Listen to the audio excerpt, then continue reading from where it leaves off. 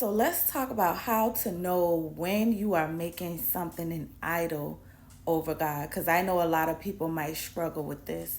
So, things, for example, like marriage and putting God's promises on a pedestal before God, or making God's promises your foundation instead of God.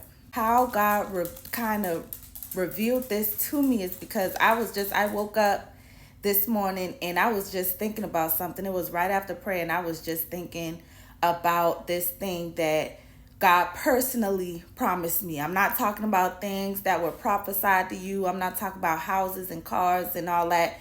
No, I'm talking about prophecies that God has personally spoken to you directly, and how to know if you are putting that promise on a pedestal or making an idol of that promise, because that's something that a lot of people struggle with. And I was just thinking, this is what got me on that train of thought. Was I was like, you know what, Lord, because I've been waiting for a while. So I was like, you know what, Lord, and I wasn't even thinking about it at first. It was just something that came naturally. You get what I'm saying? I was like, Lord, if it happened, it happened. If it don't, I'm still with you. I'm still rocking with you. Like, it's not gonna make or break my faith in God. And God brought it to my attention. He brought that thought process to my attention, like, you know why? Because you have not made it an idol, even though it's something you want. That's how you know you have not made it an idol, daughter.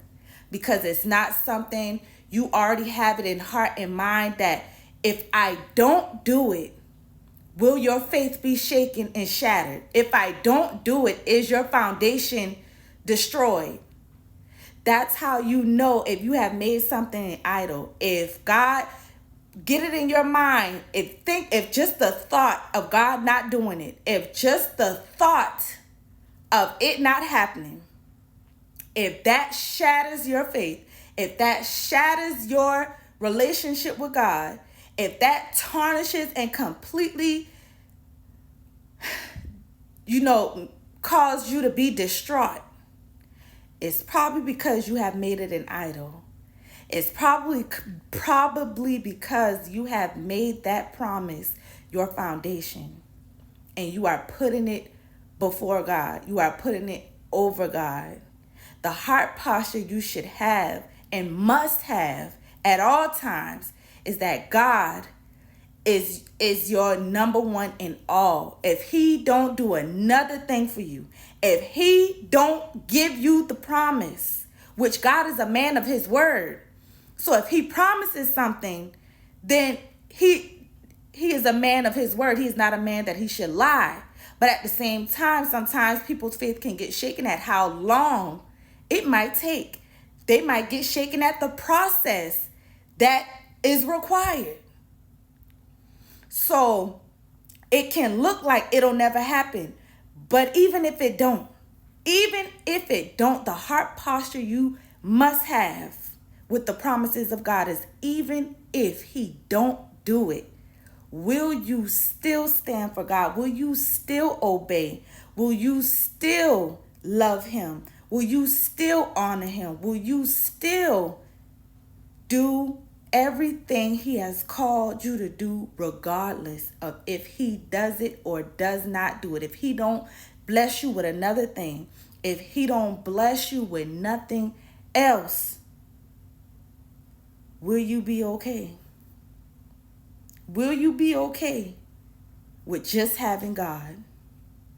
Is God enough for you? Really ask yourself that question. Really search your heart. Is God enough? Because if he ain't, you better make it enough. Oh my goodness, I was just playing with y'all, but for real, I'm serious. You better make it enough.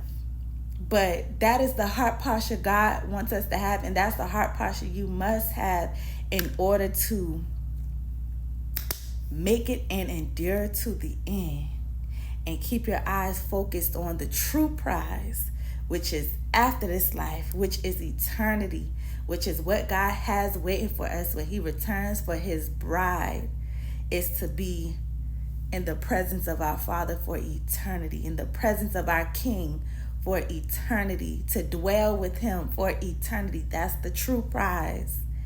So endure to the end and search your heart. Search your hearts. And if the very thought of God not doing what he said he would do, would that move you? And it's not about God being made out to be a liar or none of that. It is a test of searching your heart and determining whether the promise is an idol, whether you love the promise, whether you want the promise more than you want God. That's what this is about. Because he's not a man that he should lie. He's not a liar. But it's about your heart posture. It's about you. Y'all know what it is. Y'all will know it.